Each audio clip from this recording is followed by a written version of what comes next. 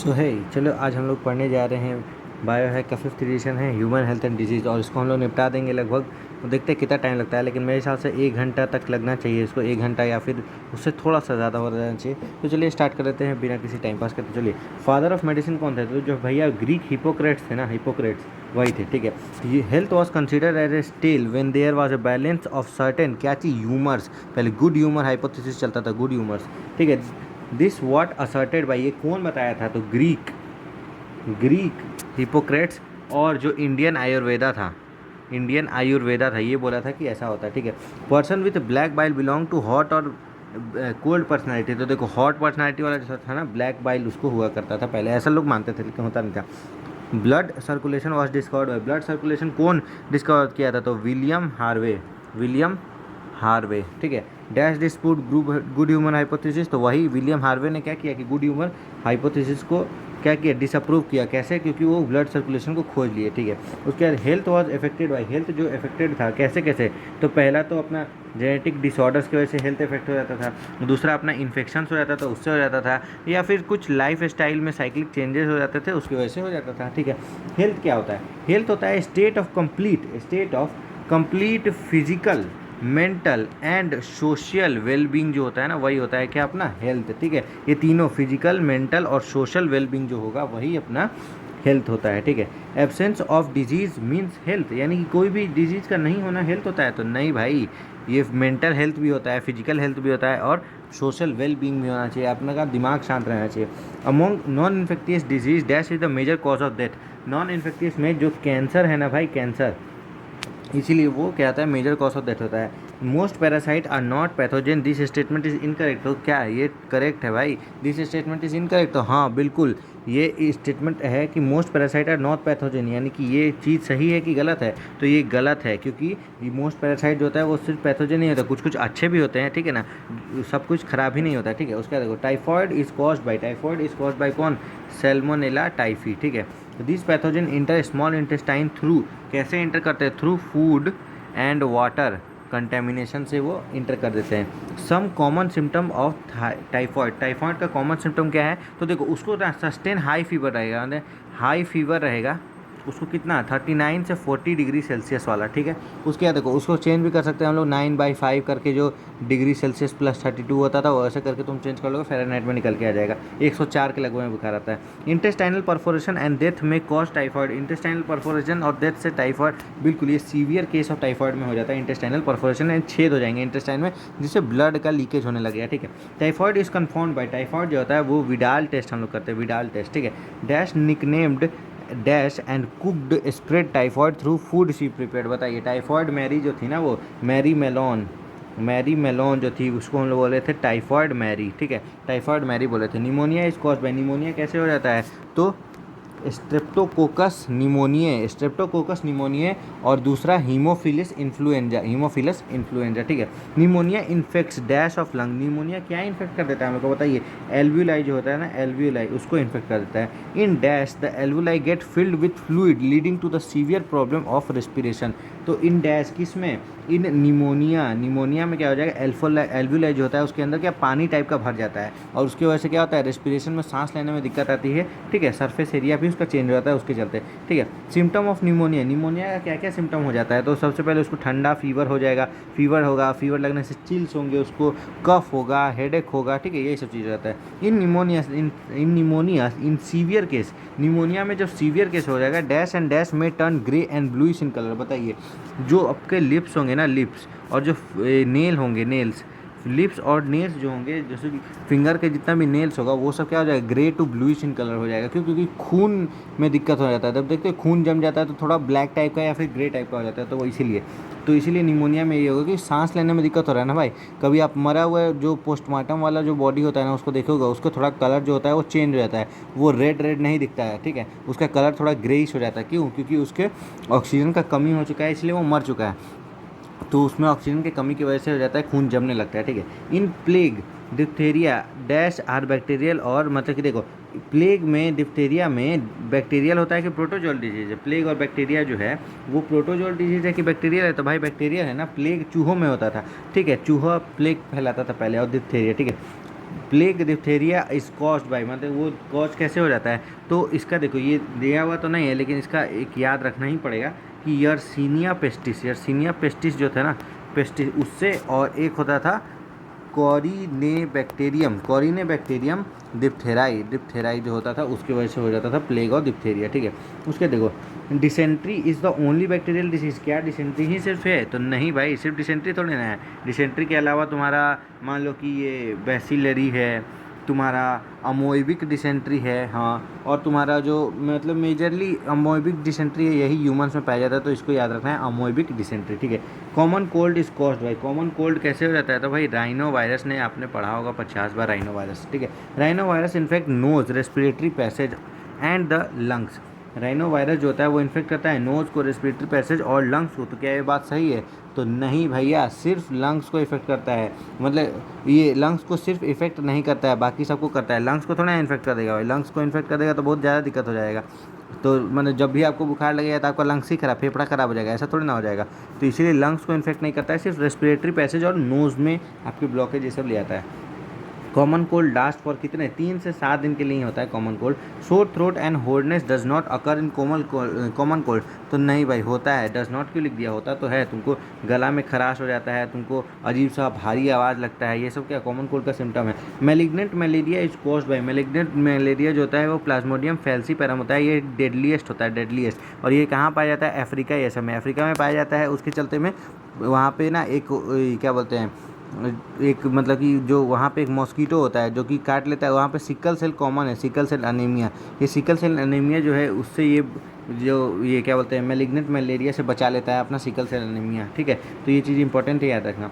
Dash is the major serious malaria and can even be fatal, कौन, तो malignant malaria जो कि cause होता है वही प्लाज्मोडियम फैल्सीपैरम से। क्यों ये बोला कि क्यों फैटल है, तो ये फैटल से बचने के लिए ज़्यादातर अफ्रीका रीजन्स में होता है, तो अफ्रीका में क्या होता है ना कि सबको लगभग आधे से ज़्यादा लोग को सिकल सेल एनीमिया ही होता है, तो सिकल सेल एनीमिया होता है तो ये वाला मलेरिया का कोई असर नहीं होता है, इसीलिए वो लोग जिंदा बच जाते हैं, ठीक है। उसके बाद देखो name all the 3 different types of Plasmodium which cause malaria, 3 different type कौन सा, तो एक अपना प्लाज्मोडियम वाइवेक्स हो जाता है, एक अपना प्लाज्मोडियम मलेरिया हो जाता है, और एक जो बताया प्लाज्मोडियम फैल्सीपैरम, ठीक है। उसका देखो plasmodium enter human body as dash infectious form through the bite of dash mosquito, बताइए किसके जो स्पोरोजोइट्स की तरफ पे वो एंटर करते हैं, इन्फेक्टियस फॉर्म यही है स्पोरोजोइट्स, और through the bite of female anopheles mosquito, female anopheles mosquito के थ्रू आ जाते हैं। The parasite initially multiplies in dash and attacks dash, देखो पैरासाइट जो है इनिशियली कहाँ पे मल्टीप्लाई होता है, लीवर में, और अटैक करता है किसको, आरबीसी को अटैक कर देता है। गेमिटोसाइट और gamete develop in the RBC, क्या गेमिटोसाइट डेवलप होता है आरबीसी के अंदर, गेमीट्स नहीं, गेमिटोसाइट जो कि क्या करेगा, गेमिटोसाइट क्या करेगा, अच्छा कमेंट में बताना तुम क्या करेगा, ये कहाँ जाता है, फिर कैसे उसका लाइफ साइकिल एक बार पढ़ोगे ना, वो पूरा साइकिल दिया हुआ है उसके अंदर में बताया गया है बहुत तगड़ा तरीके से। RBC rupture causes release of toxin called, इस टॉक्सिन को हम लोग हीमोजोइन बोल देते हैं, हीमोजोइन, ठीक है। Dash is responsible for chill and high fever recurring every dash to dash days, बताइए कौन, तो वही जो हीमोजोइन था ना, यही क्या करता है हर 3-4 दिन पे, 3 से 4 दिन के लिए आपको हमेशा ठंडा और हाई फीवर करवाते रहता है, यही होता है आपका मलेरिया में। Where does fertilisation of gametocyte और gametogenesis of plasmodium takes place, बताइए आगे ये वाला बात कहाँ पे, ये होता है मॉस्किटो के गट में, अगर गेमिटोसाइट और गेमिटोजेनेसिस की बात किया जाएगा तो कहाँ होगा, मॉस्किटो के गट में होगा, ठीक है। लेकिन अगर स्पोरोजोइट आर स्टोर्ड इन, अच्छा ये इसमें लेकिन के आगे बोला ही नहीं, where does fertilisation of gametocyte का फर्टिलाइजेशन की बात होगा तो वो गट में होगा, लेकिन गेमिटोजेनेसिस कहाँ होगा, गेमिटोजेनेसिस ये चीज़ कहाँ होगा, तो ये लीवर में हो जाएगा थ्रू आरबीसी, ऐसे करके ये ह्यूमंस में हो जाता है, इसलिए इसको 2 होस्ट चाहिए, समझे ना, इसको मलेरिया को, ठीक है। अमीबॉइसिस देखो, अच्छा ये तो देखें स्पोरोजोइट आर स्टोर्ड कहाँ पे स्टोर्ड होते हैं, तो वहीं इनके सेलिवरी ग्लैंड जो होता है ना, उसके मॉस्किटो के सेलिवरी ग्लैंड में स्पोरोजोइट होते हैं, फिर वो जब काटते हैं तो वही सलाइवा की वजह से वो अंदर अपने इंसानों में आ जाते हैं।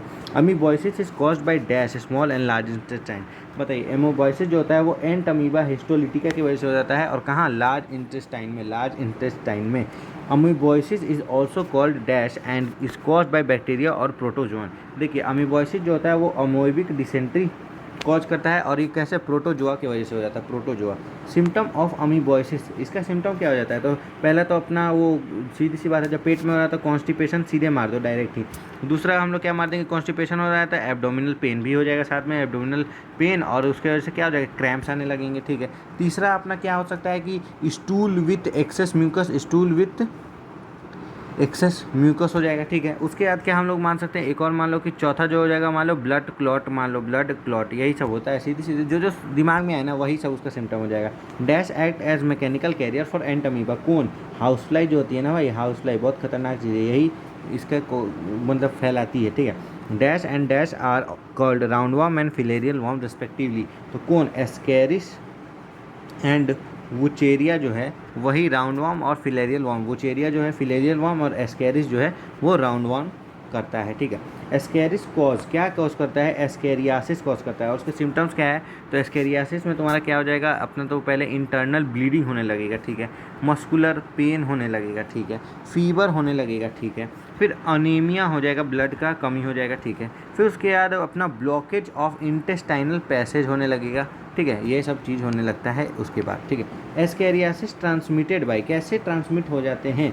तो एस्केरिस जो है वो ट्रांसमिटेड हो जाते हैं फीसीज, फीसीज यानी कि वही जो आप समझ रहे हैं, faeces of infected person which contaminate soil, जो कि सॉइल में कंटेमिनेट हो रहा है, ठीक है, जाके हग दिया अगर सॉइल में, तो वहाँ के जो पानी वानी पे जो होगा उसकी वजह से आ जाते हैं, मक्खी जो होती है वही आके आपके खाने पे बैठ जाएगी, कहीं भी समोसा खाने गए समोसा पे बैठ गई तो उसके वजह से आपको एस्केरियासिस हो सकता है, ठीक है। उसके बाद इसीलिए बोलते हैं कि जो अभी योजना चला हुआ है ना भाई, हर सब घर में बाथरूम होना चाहिए, वो वाला इसी के लिए बनवाया जा रहा है कि आपको कोई बीमारी ना हो, ठीक है। Dash person is suffering from dash showing inflammation in one of the lower limbs, कौन सा बताइए? लोअर लिम्स में इन्फ्लेमेशन हो गया, एलिफेंटियासिस है ना भाई, उसको क्या है, एलिफेंटियासिस है, या फिर हम लोग क्या बोलते हैं, फिलियारिस भी बोल देते हैं, फिलियारिस बोल देते हैं, ठीक है। उसके बाद ये वुचेरिया, देखो एग्जांपल ऑफ वुचेरिया, तो देखो एक वुचेरिया मलाई हो जाता है और एक वुचेरिया बैंकरॉफ्टी हो जाता है, ठीक है। उसके बाद देखो they cause dash also called dash, तो बताइए जो क्या बोलते हैं, एलिफेंटियासिस कॉज करता है ये वुचेरिया मलाई और वुचेरिया बैंकरॉफ्टी, और इसको हम लोग फिलियारिस भी बोल ही रहे थे, ठीक है। उसके बाद आगे आ जाओ, दे कॉज डैश और एक्यूट, मैंने क्रोनिक और एक्यूट इन्फ्लेमेशन ऑफ ऑर्गन, बताइए ये कॉज करते हैं, एक्यूट कॉज होता है या फिर क्रोनिक होता है? तो बताइए ये क्या हो जाता है, ये तुम्हारा क्रोनिक होता है ना कि एक्यूट, धीरे धीरे नहीं होता है, अचानक से वैसे हो जाता है, ठीक है ना, मतलब कि ये स्वेलिंग होने लगेगा बहुत ज़्यादा, उसके बाद खत्म ही नहीं होगा। Genital organ are not affected in filariasis, अरे भाई कहाँ ये दिख नहीं रहा है, ये जेनाइटल ऑर्गन इन्फेक्ट है कि नहीं है, तो ये क्या फॉल्स है ना सीधे। उसके बाद देखो Wuchereria is transmitted through contaminated water and food, Wuchereria क्या कंटेमिनेटेड वाटर फूड से होता है? तो नहीं भाई, ये जो है ना फीमेल मॉस्किटो अगर बाइट कर लेगी, इसकी फीमेल मॉस्किटो बाइट कर लेगी, जिसको हम लोग क्या बोलते हैं, क्यूलेक्स मॉस्किटो बोल देते हैं, मॉस्किटो, क्यूलेक्स मॉस्किटो के बाइट से क्या हो जाता है, ऐसा हो जाता है, ठीक है। इसमें लिम्फ जो होता है ना, लिम्फ जो फ्लूइड होता है ब्लड के अलावा, वही उसी में दिक्कत होने लगता है, और लिम्फ नोड में जाकर के ऐसा हो जाता है, उसके चलते में स्वेलिंग होने लगता है, ठीक है। इसका उसके आगे देखो फिलारियल वॉर्म कॉज फास्ट और स्लोली डेवलप क्लोनिंग, तो बताइए फास्ट होता है कि स्लो होता है? अभी मैं जस्ट बोला कि स्लो स्लो हो जाएगा, स्लो स्लो, ठीक है।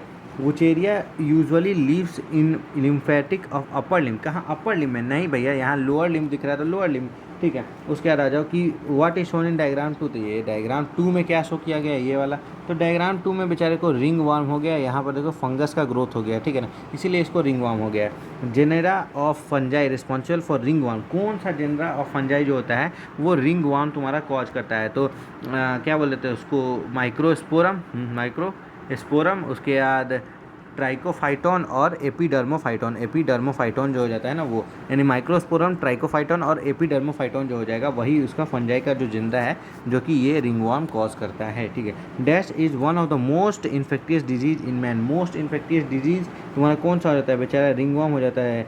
क्या आपको भी खुजली है तो अपनाए ईच गार्ड, ठीक है, ऐसा ऐसा ऐड जो आता है वो इसी की वजह से आता है, ठीक है। Main symptom of ringworm is appearance of dry scaly lesions at, कहाँ कहाँ हो जाता है, स्किन पे हो जाएगा तुम्हारा ड्राई स्केली लीजन, नेल्स के पास हो जाएगा तुम्हारा, फिर स्कैल्प मुंडी में हो जाएगा, सबसे ज़्यादा तो फंगस स्कैल्प में ही ग्रो करता है, जो तुम अच्छे से माथा खुजलाते हो तो जो डैंड्रफ गिरता है तो डैंड्रफ वही फंजाई वाला ही है, समझे। These lesions are not accompanied by easy, अरे यार ईचिंग खुजली होता नहीं है, सर में खुजली होता है ना, होता है, इसलिए हेड एंड शोल्डर्स लगा लेते हो तुम लोग ताकि ठीक हो जाए, ठीक है। उसके बाद देखो रिंगवर्म और अक्वायर्ड फ्रॉम, कहाँ से आ जाता है भाई, तो सॉइल से किसी कोई इन्फेक्टियस पर्सन है उसका टॉवेल यूज कर लिया तुमने, किसी का क्लॉथ यूज़ कर लिया तुमने, किसी का कॉम्ब पकड़ के बाल झाड़ लिया तो तुमको भी हो जाएगा, समझे। Dash fish feed on mosquito larva, कौन, गम्बूसिया फिश, इसी को हम लोग क्या छोड़ देते हैं पानी में ताकि ये लार्वा कहीं खा जाए तो उससे ख़त्म हो जाएगा। Aedes mosquito is a vector of, Aedes mosquito जो है तुम्हारा वो किस चीज़ का है, तो डेंगू और चिकनगुनिया का है, ठीक है। एडीज इजिप्टी और एक इसमें आगे मैं बताता हूँ, रुक जाए इसके। Use of vaccine and immunisation programme is completely erected, क्या स्मॉल पॉक्स आप कभी सुनते हो कि इसको ये हो गया, स्मॉल पॉक्स हो गया है, ठीक है। एक क्या होता है, चिकन पॉक्स होता है और एक स्मॉल पॉक्स होता है, ठीक है। पहले ज़माने में हुआ करता था, लोग बोलते थे माता आ गई है माता, ठीक है, लेकिन वो उसको लोग स्मॉल पॉक्स बोलते हैं हम लोग के टर्म में, ठीक है। तो ये सब बात है। उसके बाद आगे हम लोग एक बार डेंगू और ये पढ़ लेते हैं, उसके बाद हम लोग इम्यूनिटी करेंगे, ठीक है। डेंगू आ जाओ, डेंगू हमने पूरा नोट्स बनाया हुआ है मैंने डेंगू का, उसको पहले पढ़ते हैं उसके बाद कुछ पढ़ेंगे। ये सीबीएसई का सप्लीमेंट है, उसी से मैंने नोट्स बनाया, ठीक है। डेंगू की हम लोग बात कर लेते हैं, तो इसका कलर भी थोड़ा सा चेंज कर लेते हैं, ब्लू पे ब्लू उतना मस्त नहीं लग रहा है, ठीक है। डेंगू में द डेंगू वायरस डेनवी होता है, DENV has ability to inhibit innate immunity response, ठीक है। फिर कॉज, डेनवी जो है वही डेंगू फीवर कॉज करता है। Mosquito bond single positive standard RNA virus, single positive standard RNA virus होता है, ठीक है। सिंगल स्टैंडर्ड वायरस होता है, एसएस आरएनए हो जाता है, इसके अंदर एसएस आरएनए का वायरस हो जाता है। अब सीधी सी बात है, इंसानों में अगर होगा ना, इंसान में तो वो कैसा हो जाएगा, सिंगल स्टैंडर्ड आरएनए हो जाएगा। ये मैंने बताया हुआ है एक वीडियो में, जाके देख लेना, किसी में डबल स्टैंडर्ड डीएनए होता है, किसी में डबल स्टैंडर्ड आरएनए होता है। ये बैक्टीरिया, ये प्लांट ऐसे ही होता है, ठीक है। उसका देखो ये कौन सा फैमिली में आता है, तो बताइए फ्लेविरिडी, और जीनस कौन सा है, फ्लेवी वायरस और फ्लेविविरिडी फैमिली में आता है। मॉस्किटो एडीज इजिप्टी जो है ड्यूरिंग डे काटता है, अर्ली मॉर्निंग में काटता है और शाम में काटता है, ठीक है। एडीज इजिप्टी, यही अभी बात हुई थी, जो कि डेंगू कॉज कर रहा है, सीधी सी बात है। सीवियर फॉर्म ऑफ डेंगू कौन सा है, dengue haemorrhagic fever, dengue haemorrhagic fever जो होता है वही सीवियर फॉर्म ऑफ डेंगू है। सिम्टम्स क्या हो जाते हैं, तो फीवर हो जाएगा, हेडेक हो जाएगा, मसल और जॉइंट पेन हो जाएगा, यानी कि ब्रेक बोन फीवर होता है। देखो ऐसा लगेगा ना कि हड्डी टूट रहा है, ऐसा बोन ब्रेकिंग फीवर हो जाता है, बोन ब्रेकिंग फीवर, ठीक है। इतना भयंकर लगेगा कि हड्डी तोड़ दिया तुम्हारा कोई, ऐसा, ठीक है। एंड कैरेक्टरिस्टिक इट्स रैश, क्या हो जाता है उसमें, रैश हो जाता है सिमिलर टू मील्सेस, ठीक है, जैसे मील्सेस में हो जाता है उसी टाइप से। डेंगू हेमोरेजिक फीवर में ब्लीडिंग होगा, ब्लड प्लेटलेट्स कम हो जाएगा, ब्लड प्लाज्मा लीकेज हो जाएगा और डेंगू शॉक सिंड्रोम हो जाएगा, यानी कि डेंगू डेंजरस लो क्या बोलते हैं, ब्लड प्रेशर बहुत ज़्यादा कम हो जाएगा, बहुत ज़्यादा ही कम हो जाएगा, ठीक है। लीकेज ऑफ प्लाज्मा 1 से 2 दिन में चालू हो जाएगा, फ्लूइड एक्यूमुलेशन हो जाएगा चेस्ट में, एब्डोमेन में, और उससे क्या हो जाएगा, depletion of fluid from circulation, यानी कि जो तुम्हारे ब्लड फ्लो हो रहा है उसमें भी कमी आने लग जाएगी, यानी लोअर्स ब्लड सप्लाई। प्रिवेंशन क्या है, तो एलिमिनेटिंग इट्स हैबिटेट, जो जहाँ जहाँ भी साफ़ पानी है उसको हटा दीजिए। उसके बाद getting rid of open source of water by adding insecticidal और बायोलॉजिकल कंट्रोल एजेंट्स, जैसे कि वही गम्बूसिया फिश हमने ऐड कर दिया, वही वाला बात है। फिर आ जाओ चिकनगुनिया, इतना ही चीज़ था डेंगू के बारे में। अब हम लोग को चिकनगुनिया के बारे में जानना है। तो चिकनगुनिया क्या हो जाता है, वायरस जो है ये आरएनए वायरस ही होता है, बिलोंग टू अल्फा वायरस। वो कौन सा था, फ्लेवी वायरस था, ये वाला अल्फा वायरस है, ठीक है। चिकनगुनिया अल्फा, ठीक है, चिकनगुनिया अल्फा, यानी अल्फा मेल जो है वो चिकन खाता है, ऐसा याद रखने के लिए, ठीक है, ऐसा कुछ है नहीं। फीवर हो जाता है 2 से 7 दिन के लिए, सीवियर जॉइंट पेन हो जाएगा, मंथ्स और ईयर के लिए, बहुत सालों साल तक आपको दर्द होते रहेगा, मसल पेन होगा, हेडेक हो जाएगा, नोजिया होगा, फटीग होगा, रैश होगा, ठीक है। उसके बाद देखो एडीज इजिप्टी जो हो जाता है और एडीज एल्बोपिक्टस, यही जो है पीक अर्ली मॉर्निंग में और लेट आफ्टरनून में काटता है। एडीज इजिप्टी इंडोर में भी काटता है, लेकिन ये दोनों आउटडोर में भी काटता है, लेकिन एडीज इजिप्टी ही है जो घर के अंदर आके भी तुमको काट लेता है, ठीक है। For protection during the outbreak of chikungunya, cloth which minimises skin exposure to day biting vector, यानी कि हम लोग को फुल कपड़ा पहनना है, ऐसा ये बोल रहा है। इतना ही चीज़ था पूरा इसके अंदर, डेंगू और चिकनगुनिया खत्म हो गया इतने में ही। तो एक बार ये मेन चीज़ है याद करने का कि डेंगू में कौन सा होता है, डेनवी हो जाता है जो कि डेंगू फीवर करता है, फ्लेवी वायरस हो जाता है, जीनस इसका फ्लेविविरिडी, ठीक है। और यहाँ पर चिकनगुनिया में एक चीज़ है कि अल्फा वायरस हो जाता है, ठीक है। और तुम्हारा एडीज इजिप्टी कॉज करता है और एडीज एल्बोपिक्टस, ठीक है। और यहाँ पर कौन कॉज करता है, तो एडीज इजिप्टी ही कॉज करता है। यहाँ पे एल्बोपिक्टस एक एक्स्ट्रा आ जाता है, ये सिर्फ बाहर काटेगा आउटसाइड में, ये वाला घर के अंदर भी आके काट लेता है, ठीक है। आ जाओ अब हम लोग क्या करते हैं, इम्यूनिटी कर लेते हैं। इम्यूनिटी आ जाओ, यहाँ आ जाओ। Name the 4 types of immunity, name the 4 types of barrier of innate immunity. Innate immunity के कौन कौन सा, एक फिजिकल होता है, एक फिजियोलॉजिकल होता है, एक सेल्यूलर होता है एंड एक साइटोकाइन बैरियर होता है, ठीक है। फुल फॉर्म ऑफ PMNL बताइए, ये क्या हो जाता है तुम्हारा, polymorpho nuclear leucocyte, polymorpho nuclear leucocyte हो जाता है, ठीक है। Example of physical barrier, physical barrier के एग्जाम्पल्स तुम क्या क्या याद रखते हो, तो फिजिकल बैरियर का अगर मैं 2 एग्जांपल का नाम लूँ तो एक तो हो जाएगा तुम्हारा स्किन और दूसरा हो जाएगा वही जो म्यूकस का कोटिंग लगा वो होता है सब जगह, जैसे कि तुम्हारा रेस्पिरेटरी ट्रैक में हो जाएगा, तुम्हारा गैस्ट्रो इंटेस्टाइनल ट्रैक में हो जाएगा, तुम्हारा यूरोजेनाइटल ट्रैक वाला जो है उसमें अंदर में हो जाएगा। ये सब तुम्हारा क्या होता है, फिजिकल बैरियर होता है म्यूकस का और स्किन का।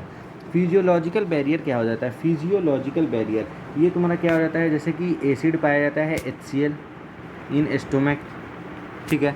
माउथ में जो सलाइवा हो जाता है, माउथ में जो सलाइवा हो जाता है और आइज़ में टीयर आने लगते हैं, ये सब क्या है, फिजियोलॉजिकल बैरियर है। फिजियोलॉजिकल, लॉजिकल चीज़ है ना भाई, आँख में आंसू आ जाना, मुंह में पानी आ जाना, पेट में एसिड आ जाना, ये सब क्या है, फिजियोलॉजिकल बैरियर है। सेल्यूलर बैरियर क्या हो जाता है, सेल्यूलर बैरियर जैसे वही तुम्हारा PMNL हो गया, तुम्हारा मोनोसाइट हो गया, मोनोसाइट हो गया, तुम्हारा नेचुरल किलर सेल हो गया जैसे B सेल और बीटा सेल और T सेल जो हो जाता है, मैक्रोफेज हो गया तुम्हारा, ये सब जो हो गया वो तुम्हारा क्या हो जाएगा, सेलुलर बैरियर हो जाएगा। यानी याद रखना है PMNL मोनोसाइट, ठीक है। फिर मोनोसाइट क्या, नेचुरल किलर सेल्स जो हो जाते हैं वो, और एक माक्रोफेज, ठीक है।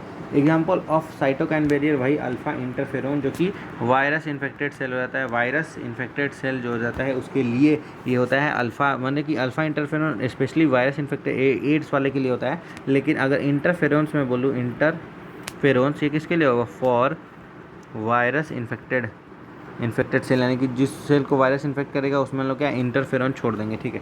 उसके बाद macrophage are present in, macrophage कहाँ पर पाया जाता है, तो टिश्यू के अंदर पाया जाएगा ना भाई, ठीक है। उसके बाद when body encounters pathogen for first time it produces a response, देखो जब पहली बार किसी से मुलाकात होगी तो प्राइमरी रिस्पॉन्स कहलाएगा, which is of the high और लो इंटेंसिटी। कैसा होगा, पहले तो मुलाकात में लो इंटेंसिटी होता है, बाद में जाके ना इंटेंसिटी बढ़ने लगता है मिलने का। उसके बाद देखो anamnestic response is name given to, anamnestic response को हम लोग क्या बोलते हैं, सेकेंडरी रिस्पॉन्स बोलते हैं भाई। Anamnestic response is elicited on subsequent encounters with same pathogen, क्या सेम पैथोजन के इनकाउंटर से होगा, तो हाँ भैया अगर एक ही चीज़ हमको बार बार आके अटैक करेगा तो मेरा इम्यून सिस्टम जान जाएगा कि क्या चीज़ है, उसके लिए इम्यूनिटी बन जाएगा, तो जैसे ही देखेगा कि वो चीज़ आया है तो लेके हम लोग कर देंगे। जैसे वैक्सीन हम लोग इसीलिए लगाते हैं, वैक्सीन क्या होता है, वही वायरस का माथा कूच देते हैं, उसको मरा हुआ वायरस को हम लोग की बॉडी में डाल देते हैं। अब जो मरा हुआ वायरस बॉडी में आता है तो अगर असली वायरस आता है तो पता रहता है कि हाँ भाई असली वायरस आया तो इसी चीज़ से मरेगा, तो लेके हम लोग बना लेते हैं इम्यूनिटी अपनी बॉडी में। कोरोना का ऐसे ही किया था जो वैक्सीन लगा था। Anamnestic response is due to the memory of first encounter, क्या पहले इनकाउंटर की मेमोरी से, तो हाँ भाई जब पहली बार कोई अटैक करेगा तभी ना, इसीलिए वैक्सीन लगवाते हैं। Acquired immunity is non specific type of defence present at the time of birth. देखो ये चीज़ मैं बताना चाहूँगा, नॉन स्पेसिफिक और स्पेसिफिक क्या होता है। नॉन स्पेसिफिक क्या होता है और स्पेसिफिक क्या होता है, एक जगह मुझे लिखने का थोड़ा सा चाहिए, एक सेकंड के लिए मैं यहाँ पर लिखना चाहूँगा, एक सेकंड रुको। तो देखो स्पेसिफिक, देखो क्या होता है, देखो इम्यून रिस्पॉन्स जो हो जाएगा, इम्यून रिस्पॉन्स वो तुम्हारा 2 टाइप से हो जाएगा, एक तुम्हारा स्पेसिफिक इम्यून रिस्पॉन्स है और एक नॉन स्पेसिफिक है, ठीक है। नॉन स्पेसिफिक है, इसमें स्पेसिफिक में आ जाता है इन्नेट इम्यूनिटी और इसके अंदर क्या आ जाता है एक्वायर्ड इम्यूनिटी, ठीक है। इन्नेट इम्यूनिटी और एक्वायर्ड इम्यूनिटी में क्या फ़र्क होता है, तो देख लो इन्नेट इम्यूनिटी में वही जो फिजिकल बैरियर, फिजियोलॉजिकल बैरियर और जो तुम्हारा साइटोकाइन बैरियर था ना, ये सब इन्नेट इम्यूनिटी के अंदर आ जाता है, ठीक है। उसके बाद जो एक्वायर्ड इम्यूनिटी होता है उसको ही हम लोग एडेप्टिव इम्यूनिटी भी बोल देते हैं, जो कि हम लोग एडेप्ट किए हैं, ठीक है। ये कैसे हो जाता है, इसमें क्या हो जाता है, प्रोडक्शन ऑफ एंटीबॉडी बन जाएगा अपने अंदर, ठीक है। एंटीबॉडी बन जाएगा किसी भी वायरस के खिलाफ, और जो भी आपके अंदर बनेगा, जैसे वायरस अटैक किया उसकी वजह से तुम्हारे अंदर एक एंटीबॉडी बन गया, यही दोबारा अगर वायरस अटैक करेगा तो यही एंटीबॉडी जाके उसके ऊपर काम करेगी, यही हो जाता है तुम्हारा नॉन स्पेसिफिक टाइप का। तो आ जाओ यहाँ पे देखो क्या लिखा हुआ है, देखो क्या लिखा हुआ है कि एक्वायर्ड इम्यूनिटी क्या हो जाता है, is a non specific type of defence present at the time of birth. तो क्या ये बात सही है, तो बताइए ये बात बिल्कुल ही क्या है, non specific type of defence present at the time of birth, क्या वो जन्म से ही हो जाता है, तो नहीं ना, जब अटैक करेगा तब ना होगा भाई। नॉन स्पेसिफिक है ये बात सही है, लेकिन at the time of birth है ये बात गलत है, समझे। Identify the structures shown in the diagram 3 level A B C, देखिए इसको बहुत ज़रूरी डायग्राम है, इतना भयंकर डायग्राम है ना कि क्या ही कहे इस डायग्राम के बारे में, एकदम बहुत ही भयंकर है। ये तुम्हारा ना एंटीबॉडी का मॉलिक्यूल है, एंटीबॉडी का मॉलिक्यूल है, ठीक है, एंटीबॉडी का मॉलिक्यूल है। और ये देखो यहाँ पर ना तुमको बहुत इंपॉर्टेंट चीज़, यहाँ पे एन दिख रहा है, यहाँ पर सी दिख रहा है। जब ये हो जाए सी यानी कि कांस्टेंट रीजन, कांस्टेंट रीजन, ये याद रखना, ये एक्स्ट्रा चीज़ है लेकिन याद रखना बहुत ज़्यादा ज़रूरी है। तो हम लोग पहले ए को मार्क कर लेते हैं। ये क्या हो जाता है, ए जो हो जाता है तुम्हारा क्या हो जाता है, एंटीजन का बाइंडिंग साइट होता है, एंटीजन बाइंडिंग साइट, ठीक है, एंटीजन बाइंडिंग साइट हो जाता है। बी जो है ना तुम्हारा, ये जो दिख रहा है इतना, ये वाला और ये वाला चीज़, ये दोनों क्या है, ये तुम्हारा क्या है बताओ, ये लाइट चेन है, H2L2 फार्मूला होता है ना इसका, और ये वाला हेवी चेन है, हेवी चेन, ठीक है। ये बड़ा है तो हेवी होगा, ये छोटा है तो लाइट होगा, सीधी सी बात है, ठीक है। ये भी एंटीजन बाइंडिंग साइट है।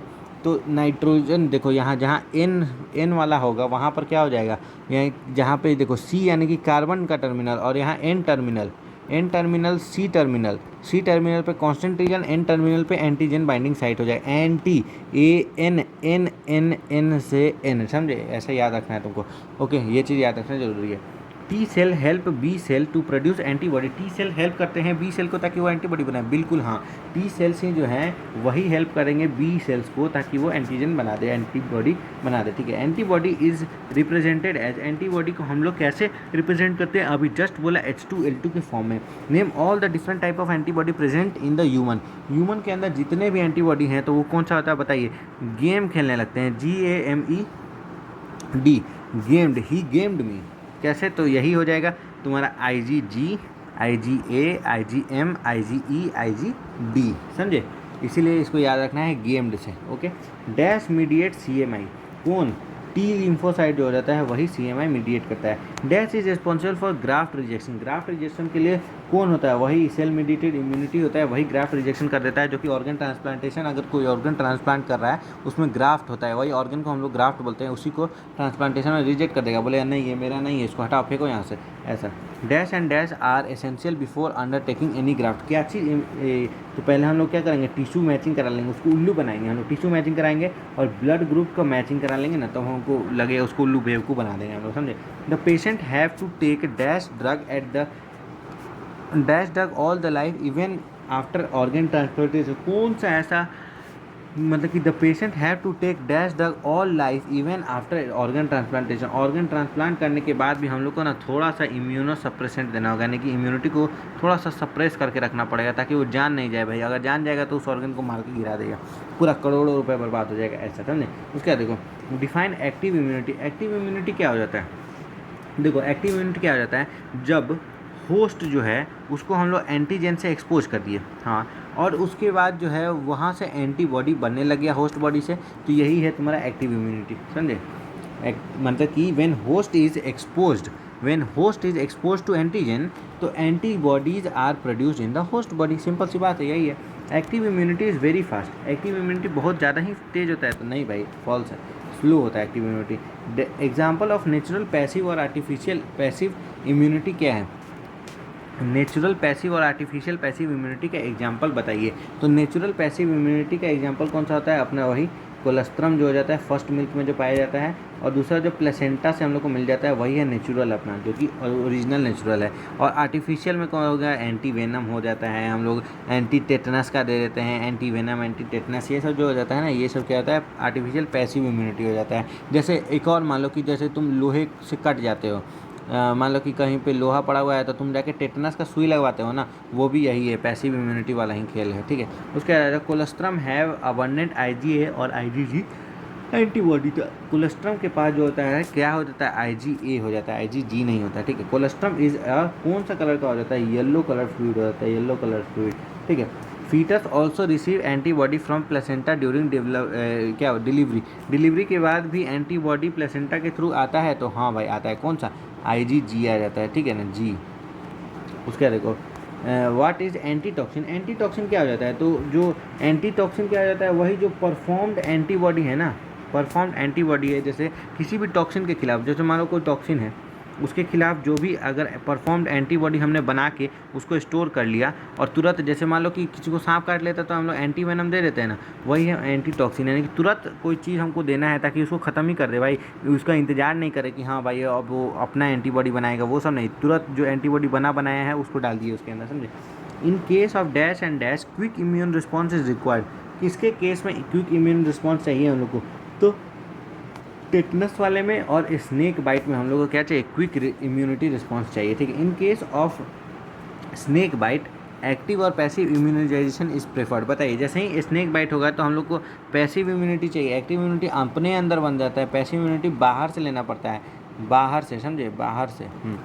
RDT has allowed the production of antigen polypeptide in dash and dash. बताइए, RDT जो है वो रिकॉम्बिनेंट DNA टेक्नोलॉजी बोल रहा है, recombinant DNA technology has allowed the production of antigen polypeptide in, कहाँ पर, बैक्टीरिया और यीस्ट में। इसीलिए इसको हम लोग क्या बोल देते हैं, बैक और यैक, बैक्टीरिया आर्टिफिशियल कल्चर और यीस्ट आर्टिफिशियल कल्चर। ये यहाँ नहीं दिया हुआ है, ये दिया हुआ है तुम्हारा बायोटेक में, बायोटेक वाला चैप्टर पढ़ोगे, पढ़ाया हुआ है इसी में, जाके देख लेना, उसमें दिया हुआ है, ठीक है। Hepatitis B vaccine is produce from, hepatitis B vaccine जो हो रहा है वो कहाँ से, यीस्ट से आ जाता है, यीस्ट से, ठीक है।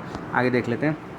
The antibody produced in allergy is, allergy में कौन सा होता है, ई, एलर्जी, ई, ऐसे ए मत याद रखना, ए नहीं, ए तो तुम्हारा कहाँ कोलेस्ट्रम में मिल रहा था ना, ठीक है, वो अलग है, वो तो ख़त्म हो गया ना, तो अब ई बचा तो ई को डाल दो, ठीक है।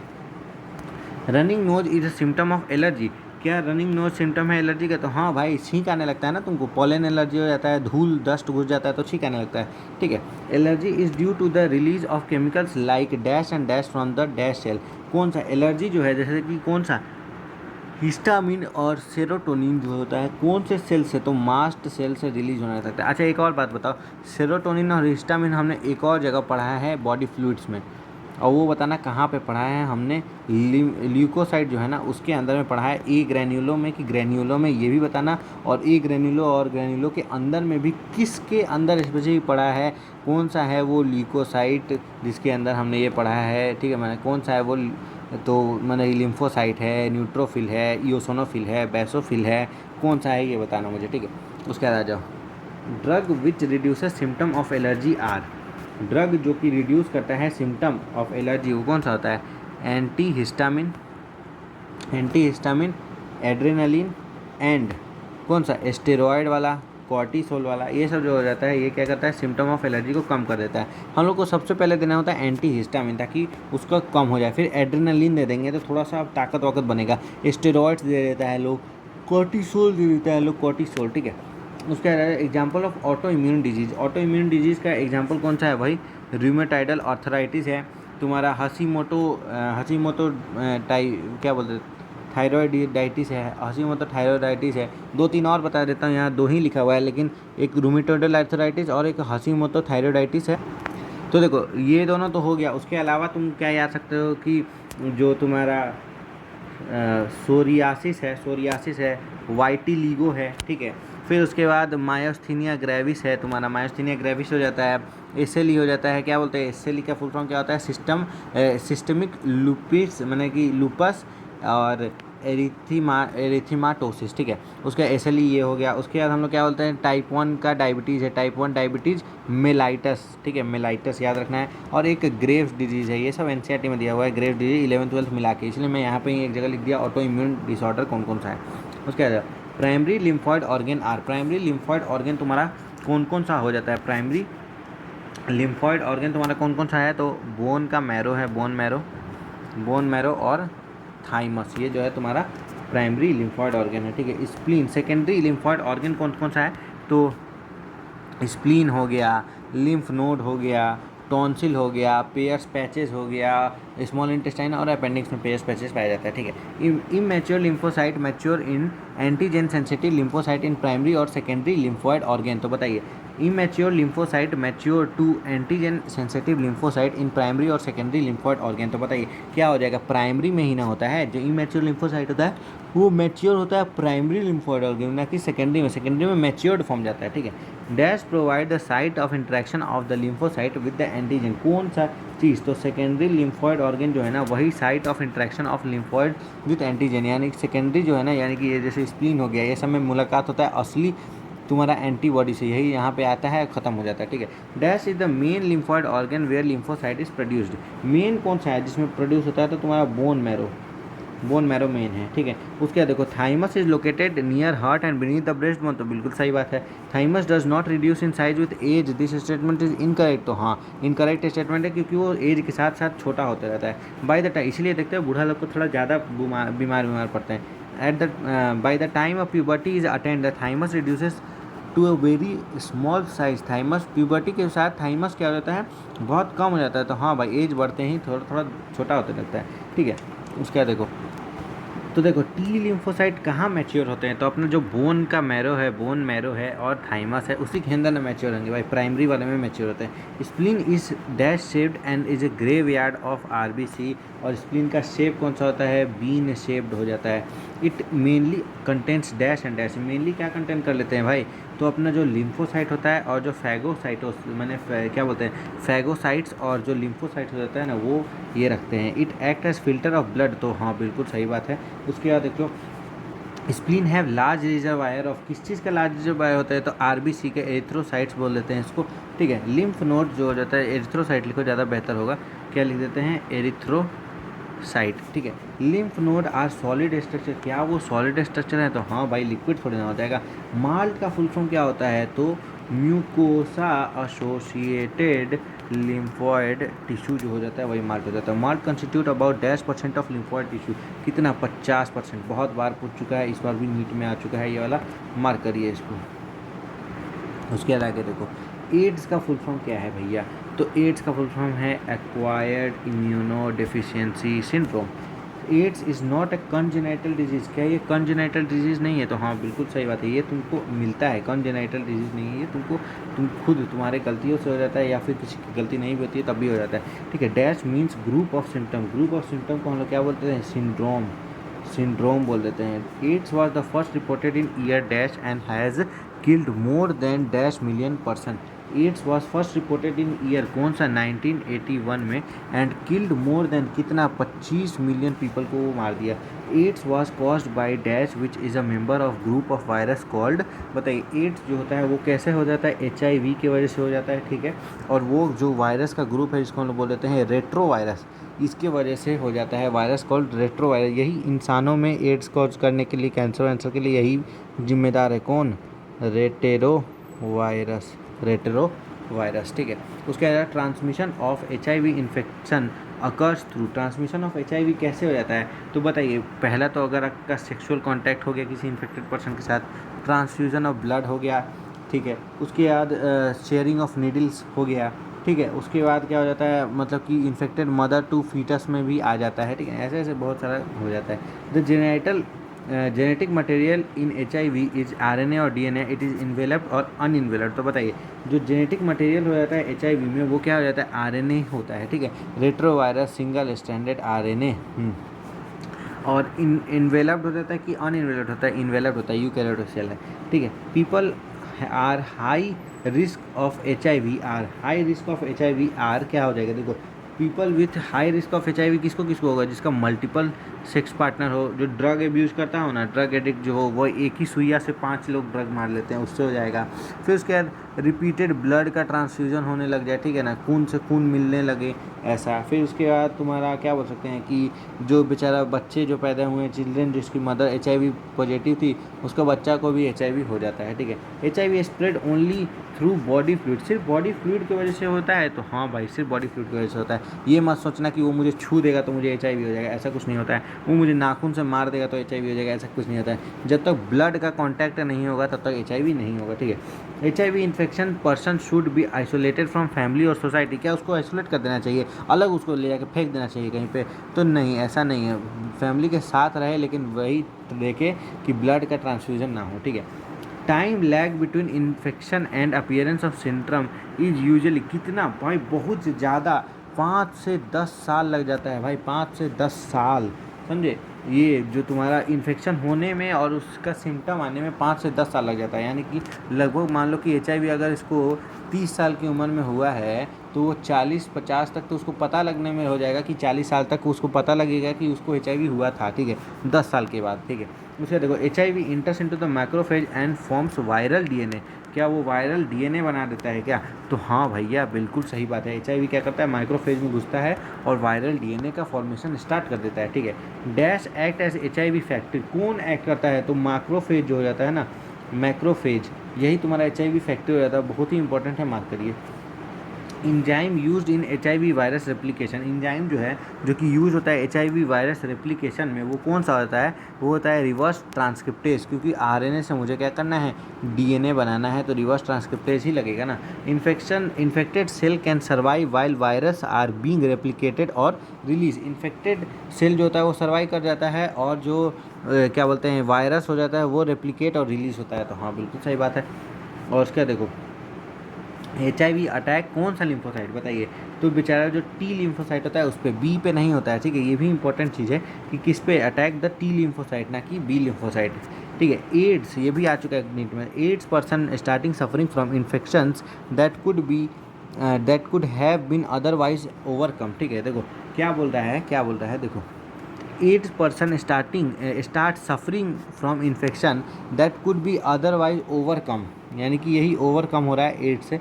तो हाँ, इसको हम लोग ट्रू मानेंगे। देखो फिर से समझो, मतलब ये एनसीईआरटी की एक लाइन है कि जो एड्स पर्सन होते हैं वो start suffering from infection that could have been और अदरवाइज ओवरकम, ठीक है। तो ये ट्रू बात है, ठीक है। उसका देखो, माइकोबैक्टीरियम इज फंजाई और बैक्टीरिया, बताइए माइकोबैक्टीरियम फंजाई है कि बैक्टीरिया है? बताओ ना सीधे सीधे। यार बैक्टीरियम लिख दिया, फंजाई थोड़ी ना आ जाएगा, बैक्टीरिया। माइसिटीज लिखता तब फंजाई हो जाता, ठीक है, लेकिन ये माइकोबैक्टीरियम लिखा हुआ है। टॉक्सोप्लाज्मोसिस, कल ही बताया मैं माइकोबैक्टीरियम के बारे में, जाके देखना एक बार वो वाला चैप्टर जो अभी जस्ट जो कल मैंने अपलोड किया, एक बार तो माइक्रोब्स चैप्टर जाके देखना, उसके अंदर मैं बताया हूँ माइक्रोबैक्टीरियम के बारे में। Toxoplasmosis is caused bye, toxoplasmosis जो हो जाता है वो किसके वजह से हो जाता है? तो तुम्हारा जो टॉक्सोप्लाज्मा टॉक्सोप्लाज्मा गुंडी, इसकी वजह से हो जाता है, गोंडी हो जाता है, टॉक्सोप्लाज्मा गुंडी है तो उसकी वजह से हो जाता है, ठीक है। उसके बाद डायग्नोस्टिक टेस्ट फॉर एड्स के लिए हम लोग क्या कर देते हैं? एलआईसी का मतलब क्या होता है? इंजाइम लिंक्ड इम्यूनोसॉर्बेंट एसे, ये होता है ELISA. Treatment of AIDS with antiretroviral drug is only partially effective, सिर्फ पार्शियली इफेक्टिव हो जाता है। तो हाँ, क्योंकि मौत तो आना ही है, चाहे कुछ भी हो जाए मौत आएगा। NACO, नाको क्या है? नेशनल एड्स कंट्रोल ऑर्गेनाइजेशन, ठीक है। Free distribution of condom is done to prevent AIDS, वाह, यस, बिल्कुल ही सही बात है। ये फ्री डिस्ट्रीब्यूशन होता है, एनजीओ ये सब कराता है ताकि एड्स फैले नहीं, फैलने से रोकता है, ठीक है, फैलने से रोकने के लिए, ठीक है। आज हम लोग कैंसर की बात कर लेते हैं। कैंसर, तो more than billion Indian suffer from cancer annually. तो नहीं भाई, बिलियन कैसे भाई, मिलियन, आबादी है हम लोग का 130 मिलियन, तो बिलियन में कैसे हो जाएगा? 1 बिलियन मतलब कि 100 करोड़, 100 करोड़ लोग को थोड़ी ना कैंसर हो गया है भाई, तुम सबको कैंसर थोड़ी ना है। तो ये फॉल्स स्टेटमेंट है। मिलियंस यानी कि लाखों में, 10 लाख में, 20 लाख में हो जाता है, ठीक है। उसके देखो, normal cell show property called dash by virtue of which contact with other cell inhibits their uncontrolled growth। तो देखो ये इसको क्या बोल देते हैं? तुम्हारा कॉन्टैक्ट इनहिबिशन, यहाँ लिखाएगा कॉन्टैक्ट इनहिबिशन जो है उसकी वजह से, यही एक प्रॉपर्टी है जिसकी वजह से क्या हो जाता है? स्प्रेड होने लगता है, और क्या हो जाता है? दूसरा सेल को भी ये बोलता है कि तुम भी ग्रो करो, और बहुत ज़्यादा दिक्कत होने लगता है कैंसर में। The 2 type of tumour, 2 type of tumour कौन कौन सा हो जाता है? एक बेनाइन ट्यूमर और एक हो जाता है तुम्हारा जो फैलता है मैलिग्नेंट, ठीक है। Malignant tumour do not damage the surrounding normal tissue. तो ये क्या बोल रहा है कि डू नॉट डैमेज, भाई डैमेज करता है तभी तो वो कैंसर है। Dash is the most feared property of malignant, बेचारा इधर उधर चला जाता है। Metagenesis carcinogen are classified as, carcinogen को हम लोग कैसे कैसे क्लासीफाई किए हैं? तो हम लोग फिजिकल, केमिकल और बायोलॉजिकल क्लासिफिकेशन किए हैं इसके लिए, कार्सिनोजेंस के लिए। यूवी रे आर आयोनाइजिंग और नॉन आयोनाइजिंग, तो ये नॉन आयोनाइजिंग हो जाता है। Example of non ionising radiation कौन कौन सा? एक्सरे और गामा रे, क्या बोल देते हैं? आयोनाइजेशन का अगर बात किया जाए तो एक्सरे जो हो जाता है और गामा रे जो हो जाता है ये तुम्हारा आयोनाइजिंग हो जाता है, इसकी वजह से कैंसर होता है, ठीक है ना, इसकी वजह से कैंसर होने लगता है, इसलिए एक्सरे बार बार नहीं करवाना चाहिए सबको। Cancer causing virus are called, cancer causing virus को हम लोग क्या बोल देते हैं, ऑन्कोजेनिक वायरस, ठीक है। इसीलिए इसके लिए ना, इसके लिए जो पढ़ता है वो मैंने जो पढ़ता है उसको ऑन्कोजेनिक सर्जन बोलते हैं, ऑन्कोजेन, ठीक है। इसकी इसीलिए इसका प्रोटो ऑन्कोजेन के बारे में भी अभी बताया जाएगा, आगे देखना। Dash gene is normal cell when activated cause oncogenic transformation to cell, कौन सा, ये तो प्रोटो ऑन्कोजेन आ गया, प्रोटो ऑन्कोजेन, ठीक है। Cancer detection is based on dash and dash study of the tissue और ब्लड, तो बताइए हम लोग क्या कर लेते हैं, बायोप्सी करते हैं और हिस्टोपैथोलॉजिकल, हिस्टो यानी कि हिस्ट्री देख लेते हैं उसका, उसी से हम लोग को पता चल जाता है कैंसर है कि नहीं है, ठीक है। Dash test are done to detect increase cell count in leukemias, तो देखो हम लोग क्या कर लेते हैं कि बोन मैरो चेक कर लेंगे, सीधे बोन मैरो निकालेंगे, उसको देखेंगे कि क्या है उसमें बन रहा है कि नहीं डब्ल्यूबीसी, ठीक है। Dash dash and dash are very useful to detect cancer of internal organ, देखिए इंटरनल ऑर्गन का अगर हम लोग को देखना है कि कैंसर हुआ है कि नहीं, जैसे ब्रेन के अंदर देखना है, हम लोग क्या कर लेंगे, पहले एक्सरे कर लेंगे। आप बोलोगे यार एक्सरे से ही तो कैंसर होगा, फिर से एक्सरे करोगे, मजबूरी है, करना पड़ेगा। सीटी स्कैन करना पड़ेगा, एमआरआई करना पड़ेगा, ठीक है। सीटी का फुल फॉर्म क्या हो जाता है, तो computed tomography, computer tomography use X ray, तो क्या वो एक्सरे का यूज करता है, तो हाँ भाई, ठीक है। सीटी generate 2D image of internal, नहीं, देखिए एक्सरे जो होता है वो 2D करता है, ये क्या करता है, 3D इमेज जनरेट करता है उसका, ठीक है। एमआरआई यूजेज, एमआरआई क्या यूज़ करता है, एमआरआई जो है वो मैग्नेटिक फील्ड यूज़ कर देता है, और क्या होता है, नॉन आयोनाइजिंग रेडिएशन होता है, वो यूज़ करके ये क्या कर देता है कि चेक कर लेता है अंदर में क्या है। बहुत महंगा भी पड़ता है, शायद 5-6 हज़ार का एक टेस्ट होता है, समझे, ऐसा बहुत महंगा होता है। एंटीबॉडी अगेंस्ट कैंसर स्पेसिफिक, और वही खान सर जो है अभी शायद 30-40 रुपये में ही कर दे रहे हैं, बताइए कितना फ़ायदा है। ये काम सरकार का होता है लेकिन मास्टर के सामने आके काम करना पड़ रहा है, बताइए। Antibody against cancer specific antigen are also used for detection of certain cancers, तो बताइए ये बात सही है कि गलत है, एकदम सही बात है कि जो antibody against cancer specific antigen हैं are also use for detection of certain cancer, किसी कैंसर के लिए हम लोग डिटेक्शन, हाँ देखो मान लो कि कोई किसी को कैंसर हुआ, उसमें देख लिए कि एक एंटीबॉडी बना है, इसी एंटीबॉडी को हम लोग देखने के बाद बोलेंगे ना कि भाई अच्छा ये एंटीबॉडी बना है, इसका मतलब कि इसको ये वाला कैंसर हो गया है, यही चीज़ है, ठीक है। Treatment of cancer is commonly by, कैसे कैसे हम लोग कर लेते हैं, पहले तो हम लोग सर्जरी करके उस पार्ट को निकाल देंगे, ठीक है। उसके बाद हम लोग उसमें रेडिएशन थेरेपी देंगे, रेडिएशन कीमो हो जाता है, ठीक है, कीमो दे देते हैं हम लोग, ठीक है। ये इम्यून थेरेपी में आता है, इम्यून थेरेपी के अंदर में ही आ जाता है, वही रेडिएशन देना, इम्यून थेरेपी में कीमो आ जाएगा, कीमो का जो चढ़ता है डोज, ठीक है। Side effect of cancer drug are, side effect क्या हो जाता है, बेचारे का हेयर लॉस हो जाएगा, जान बच रहा है लेकिन हेयर नहीं बच पाएगा, हेयर लॉस हो जाएगा, एनीमिया हो जाएगा बेचारे को, ठीक है। तो ये सब ध्यान रखिए भाई, कैंसर उनसा खास करके गुटखा उटका चबाने से भी कैंसर हो जाता है माउथ का, तो उसको कम करना होगा या फिर ख़त्म ही करना होगा।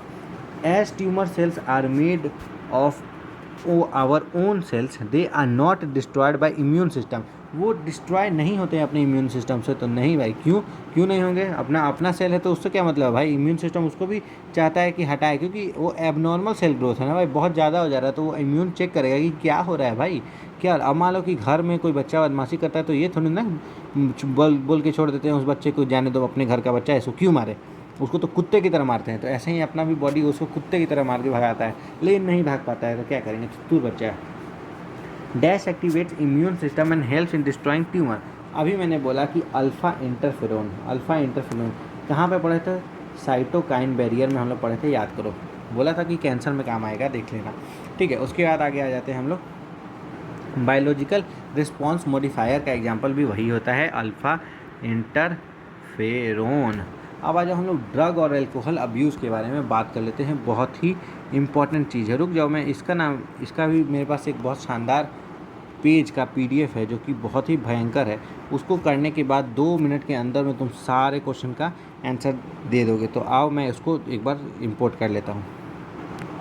तो देखो आ गया है, ये PDF इंपोर्ट कर लिया मैंने, जो ये था, देखो इसमें क्या बोलता है, ओपियोइड का रिसेप्टर जो होता है वो CNS और GIT में पाया जाता है, हेरोइन जो हो जाता है उसको स्मैक बोल देते हैं। ये डाई एसिटाइल मॉर्फिन हो जाता है जो कि एसिटाइलेशन ऑफ मॉर्फिन से ऑब्टेन होता है। ये वाइट ऑर्डरलेस बिटर क्रिस्टलिन हो जाता है। लेटेक्स ऑफ पोपी प्लांट से मिलता है, पेपेवर सोमनीफेरम।